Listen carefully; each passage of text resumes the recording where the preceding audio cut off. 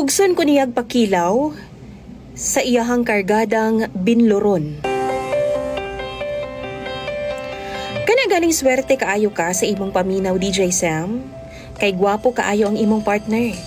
Ug sa kadaghanan sa mga nahumaling niya nga mga gwapa, sexy ug sosyalera pa. Ako jud ang iyahang gipili nga medyo sila pa gurang na. Itago na lang ko ninyo sa pangalang Laura.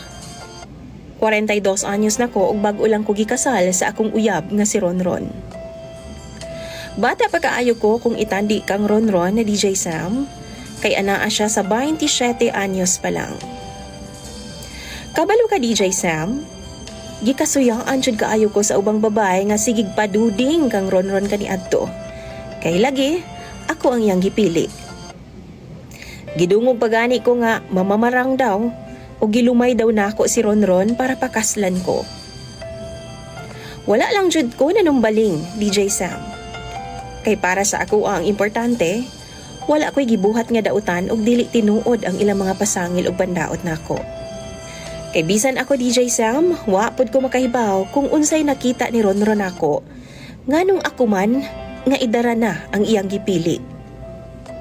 Hinuon, itsuraan man po daw ko, medyo idara na nga lang. Nadugay man gud ko sa abroad ug wala jud ko nagminyo hangtod dili maplastar ang akong pamilya. Nag-ilaming duha sa social media ni Ronron DJ Sam. Duha pud mi katuig nga magkarelasyon ug sa wa madugay nagsabot mi nga pag uli nako magpakasal na dayon ming duha. Gituman jud namo ang among saad ug happy kaayo ko kay girespeto sab ko ni Ronron og taman. Wala jud ko niya gilabdan samtang wa pa mi makasal. Simple lang ang among kasal, DJ Sam, ug simple lang sab ang reception. Pagkagabi, nagrenta jud mi og kwarto sa hotel, DJ Sam. Ug dito nako sobra ka excited sa dakong bugno atong higayuna. Dili nako first time, DJ Sam, sa kama. Kay nakatry naman ko sa duha nako ka boyfriend kaniadto. Pero dekada na pud kong uga, maong excited jud kaayo ko sa among duhang bugno ni Ronron. Dihang nagbinigwasay nami o gibuhat na namo ng sikat nga posisyon nga 69. Kalit nga na ako'y nalasahan og medyo crunchy man. Mura kog nagkilaw og crispy mix, DJ Sam. Gitry na ako nga baliwalaon pero di jud makaya. Kaysa tinuod lang to ka isyag baho. Maong duol man ko sa switch sa suga, DJ Sam. Akong gipasiga. Ug nitambad sa akong naong ang pisot niya nga tabadidoy. Why tuli si Ronron, DJ Sam? Ug sure ko nga kadtong akong nalasahan, tik-tik yun to niya. Giluod yun ko, DJ Sam.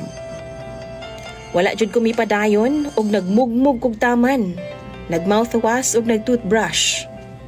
Pagkasunod namong dula duha, nihangyo jud ko niya nga dili na kumukaon sa iyaha.